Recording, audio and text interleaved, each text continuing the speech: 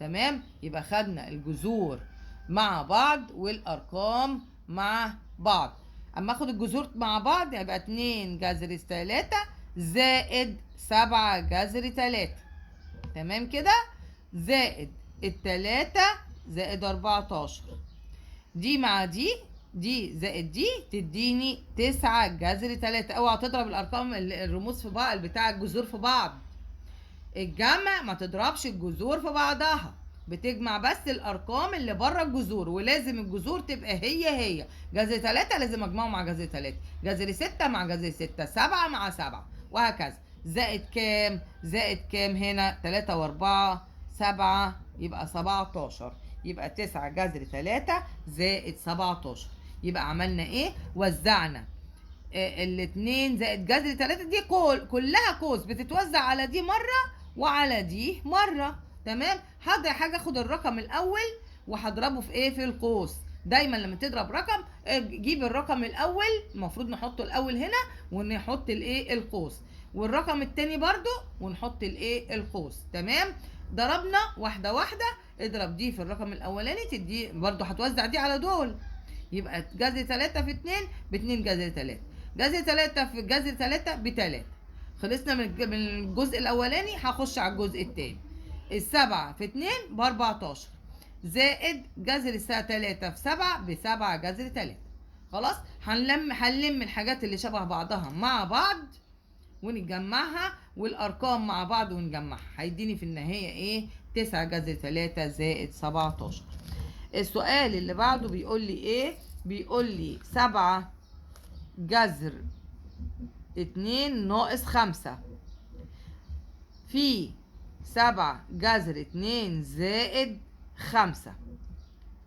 بص بقى، اما تلاقي حاجة زي دي هنمشي واحدة واحدة مع بعض. نمشي ايه؟ واحدة واحدة مع بعض. هنعمل ايه؟ مش دي فرق بين مربعين؟ مش دي فرق بين مربعين؟ يعني هنربع الايه؟ الاولاني. طب عرفت ازاي ان ده فرق بين مربعين؟ مش ده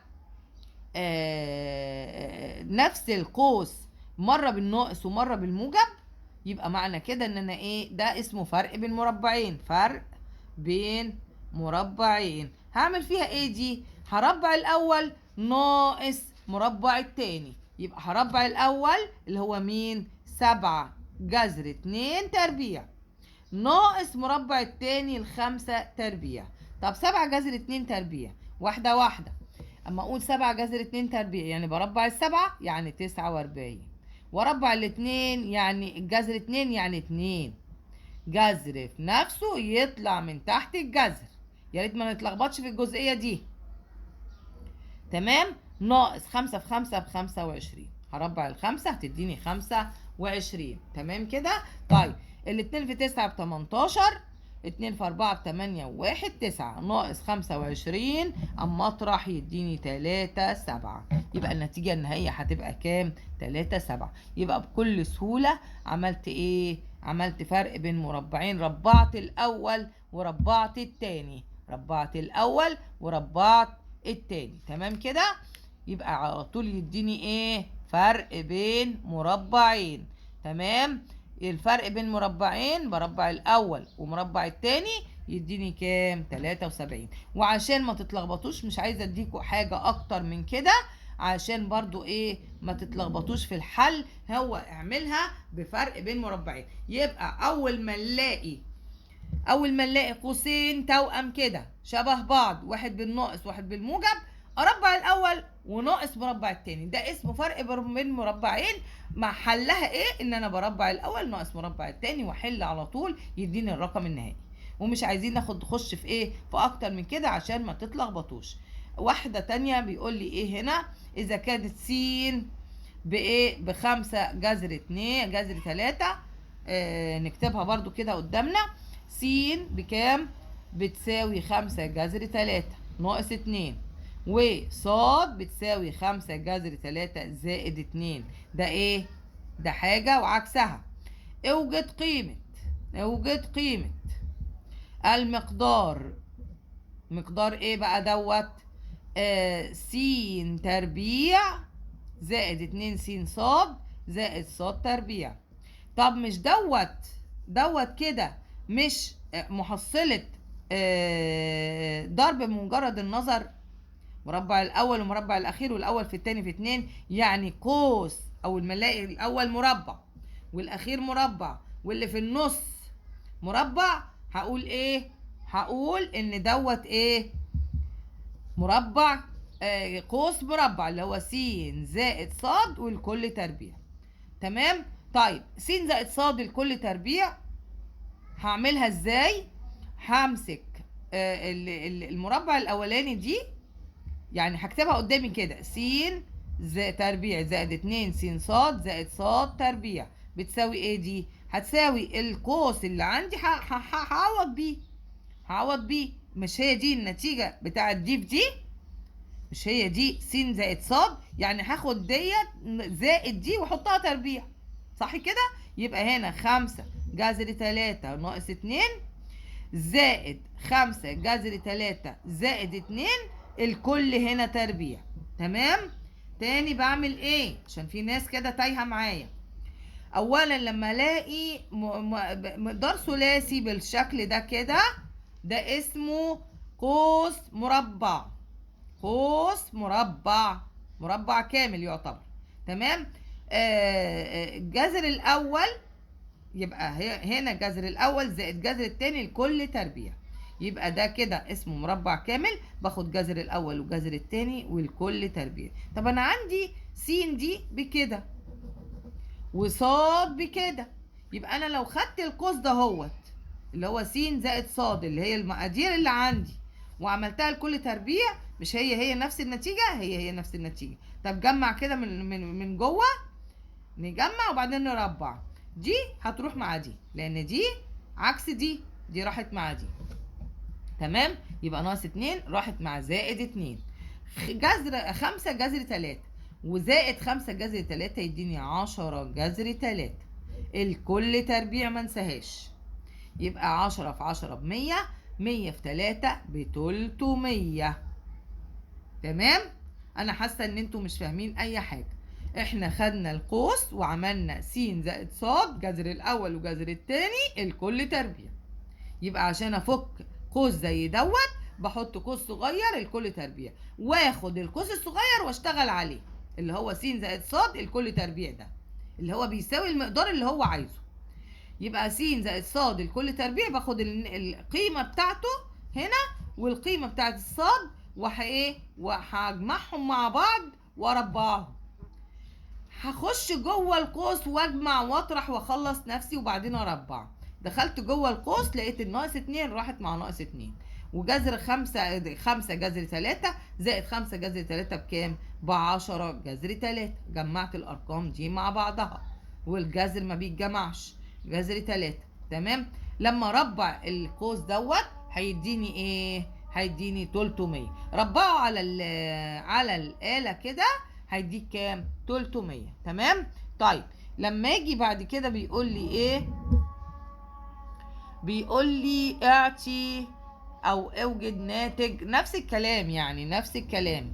يا ريت نحاول نحل تاني مع بعض كده عشان الكلام يركز شوية. اما اقول 5 اوجد ناتج، اوجد ناتج، ناتج ايه؟ كل مما يأتي.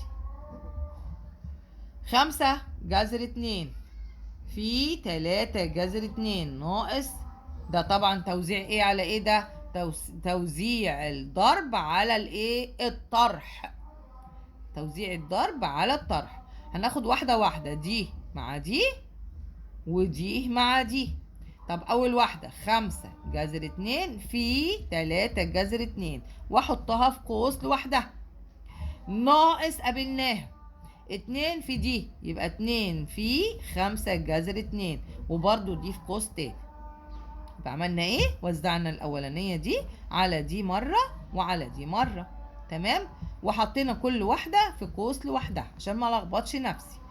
هضرب 5 في 3 ب15، جذر 2 في جذر 2 ب2 يبقى 15 في 2 واحدة واحدة اهي، ناقص ودي برضو في نفس القوس. تمام. 2 في 5 ب10 جذر 2. تمام. قوس تاني 2 في 15 ب30 ناقص 10 جذر 2. تمام كده؟ يبقى النتيجة ان هي طلعت لي ايه؟ 30 ناقص 10 جذر 2. تمام؟ المسألة اللي بعدها بتقول لي ايه؟ بتقول لي 2 جذر 3 ناقص 3. تمام؟ في 2 جذر 3 زائد 3. احنا قلنا لما نلاقي قوسين كده توأم والاتنين شبه بعض وناقص هنا وزائد هنا، يبقى القوسين التوأم دول ماشي، مرة ناقص ومرة زائد، بعمل فيهم ايه؟ بربع الاول، يبقى 2 جذر 3 الكل تربيع ناقص 3 الكل تربيع. مش ده الحد الاول اهو، باخده واربعه، يبقى بكل سهوله كده بدل ما ازود، بدل ما اضرب دي في دي وبعدين اضرب دي في دي وبعدين اضرب دي في دي ودي في... لا، بربع الاول ناقص مربع التاني، خلاص انتهت. ربعت الاول 2 جذر 3 الكل تربيع ناقص تربيع التاني 3 اللي هو مين التاني؟ ما هو ده، خليك اشتغل على القوس الاولاني، ده الاول وده التاني. ربع الاول وربع التاني، يبقى مربع الاول ناقص مربع التاني. تمام؟ يبقى مربع الاول 2 في 2 ب4، جذر 3 في جذر 3 انا بربع دي ودي، يبقى 2 في 2 ب4، جذر 3 في جذر 3 ب3، 3 في 4 ب12 الكل تربيع. لا مش كل تربيع، ما انا ربعت خلاص، يبقى هنا كده ايه؟ 2 في 2 ب4، يبقى انا كده بربع، يبقى 4 في 3 ب12 ناقص 3 في 3 ب9 يديني 3. تمام؟ 12 ناقص 3 يديني 3، 12 ناقص 9 يديني 3. تمام كده؟ تمام ان شاء الله. اما يجي السؤال اللي بعده بيقول لي ايه؟ اذا كانت س بتساوي 2 جذر 3 ناقص 1 وصاد بتساوي 2 جذر 3 زائد 1. بص المسألة دي بتتكرر دايما، خلي بالكم منها برضو، لسه احنا حلينها دلوقتي. اوجد س تربيع ناقص 2 س صاد زائد صاد تربيع. تمام؟ هنا في ناقص، يبقى هنا ايه دوت؟ اعمل ايه؟ بتساوي ايه؟ هنا جذر الاول س وجذر التاني صاد واشارة اللي في النص، اخد بالي، يبقى اشارة اللي في النص الكل تربيع. يبقى فك المربع الكامل ده جذر الاول زائد او ناقص الجذر التاني على حسب الاشارة اللي هنا. يبقى اول ما الاقي الشكل ده هو تعمل ايه؟ اخد جذر الاول واشارة اللي في النص وجذر التالت الكل تربيع.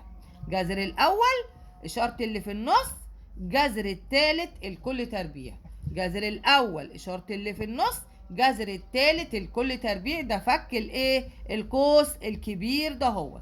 تمام كده؟ واخد اللي انا وصلت له ده واحطه قدامي، يبقى س ناقص صاد الكل تربيع بيساوي، خد بقى الارقام دي وحطها ايه؟ عوض بيها عن س وصاد، يبقى 2 جذر 3 ناقص 1 ناقص دي بتشقلب لي كل اشارات التاني، طالما جت ناقص هنا يبقى هتغير لي اشارات مين؟ الصاد كلها، يبقى ناقص جت. اصحى كده وانت بتكتب الارقام، غير اشارات التاني على طول، الزائد هيبقى ناقص والناقص هيبقى زائد، يبقى هنا ناقص 2 جذر 3 ناقص 1. تاني عملنا ايه؟ خدنا مفكوك القوس المقدار الثلاثي اللي هو جذر الاول واشاره اللي في النص وناقص جذر وايه وجذر التالت الكل تربيع. جذر الاول اشاره اللي في النص، جذر التالت الكل تربيع. تمام كده؟ وخدت القوس اللي انا جبته ده وعوضت بالارقام اللي عندي، بس اخد بالي ان الاولاني ده هينزل زي ما هو، انما التاني فيه ناقص، يبقى اخد بالي من الناقص. هتعمل ايه الناقص؟ هتغير لي اشارات الايه المقدار بتاع صاد كله، الناقص هيبقى موجب والموجب هيبقى ناقص. تمام؟ بتساوي، وكل ده الكل تربيع. هشوف كده الحاجات اللي عندي واخلص نفسي منها، يبقى دي ناقص دي راحت مع بعض، يبقى دي بالموجب ودي بالسالب راحت مع بعض. ناقص 1 وناقص 1 ما راحتش مع بعض، لا، ناقص وناقص بيديني ناقص، وواحد وواحد 2 الكل تربيع، يعني 4. يبقى كل الموال اللي عندي ده عطاني في الآخر 4، بس بإيه؟ بكل سهولة. بكل إيه؟ بكل سهولة. تمام كده. يبقى احنا خدنا جمع الأعداد الحقيقية وطرح الأعداد الحقيقية، وخدنا مع بعض ازاي نجمع وازاي نطرح، وخدنا عملية الضرب، وخدنا خصائص دول وخصائص ده، خصائص الجمع والطرح وخصائص عملية الضرب. تمام كده. وعملنا تمرينات مع بعض. كده نهينا الدرس الخامس بتاع الجبر. وان شاء الله باذن الله يا ريت تعمل اشتراك في القناه وتفعل زر الجرس عشان يوصلك كل جديد انا بنزله وتستفيد كده، والهدف اللي انا بتمناه يتحقق باذن الله. تمام. والسلام عليكم ورحمه الله وبركاته.